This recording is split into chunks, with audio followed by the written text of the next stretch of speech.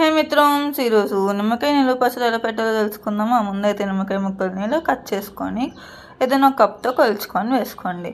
నాకైతే 3 cups of నిమ్మకాయ ముక్కలు వచ్చాయి. తర్వాత ఇలా 3 నిమ్మకాయలని హాఫ్ కింద కట్ చేసుకొని నిమ్మకాయ రసాన్ని దీంట్లో వేసుకొని దీంట్లోనే ఉప్పు పసుపు వేసి బాగా కలిపి ఒక 3 days పక్కన పెట్టేసేయండి.